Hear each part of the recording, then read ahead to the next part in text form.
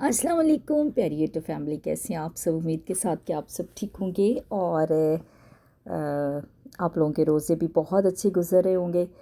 तो खुदा करे कि सबके ही रोज़े जो है ना कबूल हों और परवरदिगार सबको ही तौफीक दे कि वो मतलब जो रोज़े हमारे खुदा को पसंद आए।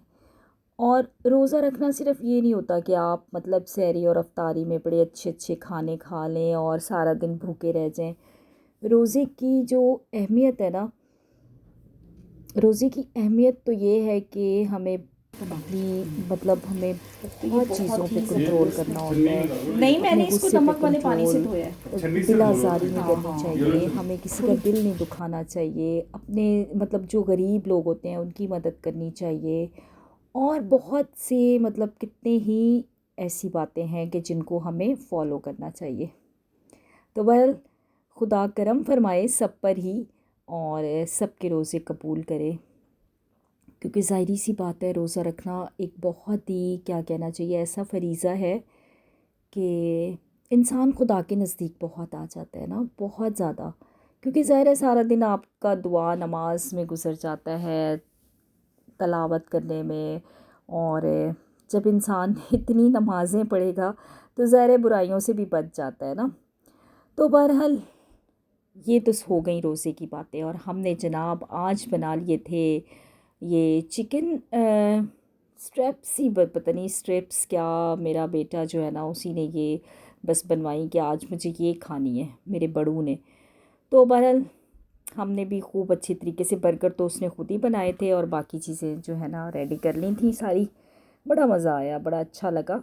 और यहाँ मिस्टर हस्बैंड एक्चुअली ना इन्हें आना जाना पड़ता है ना, बच्चों को स्कूल लाना ले जाना, और कितने ही तो काम होते हैं घर के। मतलब आप ये देखें ना कि मेरा जो बड़ा बेटा है ना वो बहुत कमिटेड होता है। और फिर जब जिनके वालिदैन सर पे होते हैं ना तो उन बच्चों को बिल्कुल कोई टेंशन नहीं होती है कि हमने क्या करना है, हमने क्या नहीं करना। हर चीज़ अरेंज मिल जाती है। यही तो माँ बाप की ब्लेसिंग होती है।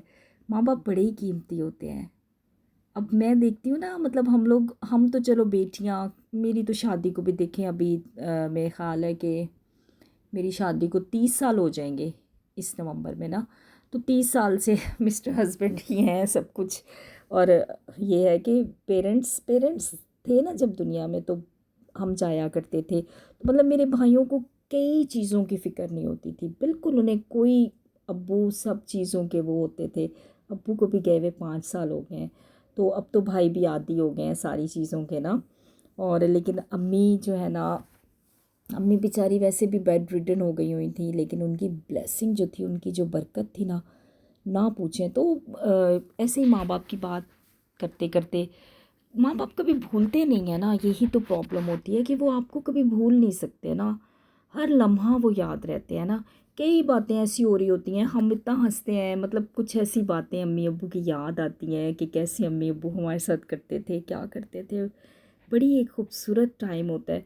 तो ये मेरा बड़ू है ना, जो बड़ा बेटा, इसकी मतलब ये जो मेरी डॉल है ना, डॉल की भी सारी रिस्पॉन्स, स्कूल लाना है ले जाना है, 2-2 चक्कर भी लग जाते हैं, 3-3 चक्कर भी लग जाते हैं। इसके अलावा हर चीज़ घर की मैनेज करना। मज़े की बात तो ये है कि पौधों से लेके हर चीज़ तक, मतलब सफाई सुथराई का भी हमने ही अरेंज करना है, हमने ही मैनेज करना है। तो बस बच्चों के अच्छे मुस्तकबिल के लिए ना माँ बाप को बहुत ही कुर्बानियाँ देनी पड़ती हैं। और फिर बच्चे सुस्त हो जाते हैं ना।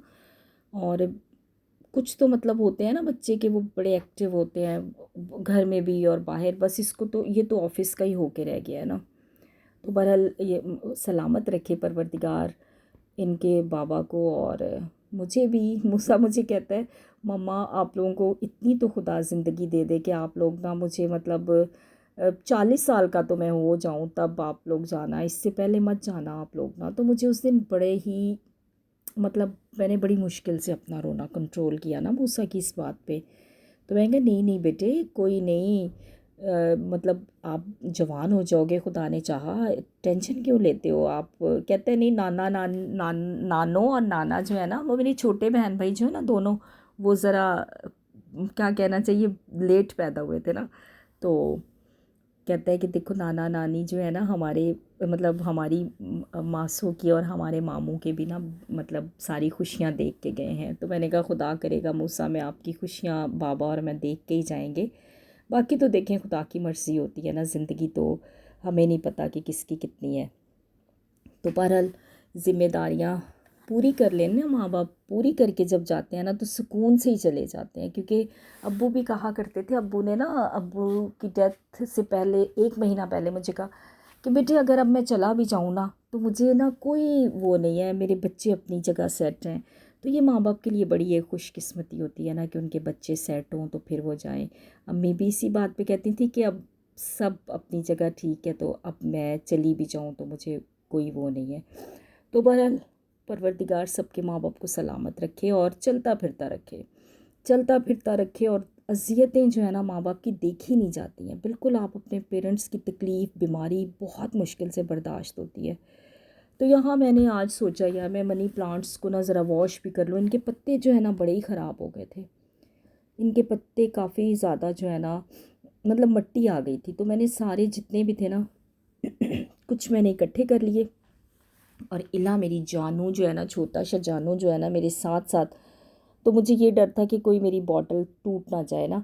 और उस दिन मूसा से एक मेरी बॉटल वो खुद से ही बस उसने ऐसे ही तोड़ दी ना।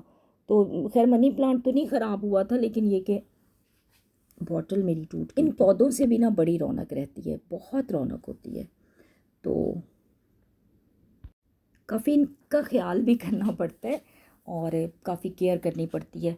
और ये मैं पहले भी मैंने किसी अपने व्लॉग में बताया था कि ये ना 3 या 4 टहनियाँ थी, बल्कि एक टहनी से मैंने बड़े वाले बड़े पत्तों वाले बनाए थे, एक टहनी से, सिर्फ़ एक टहनी से।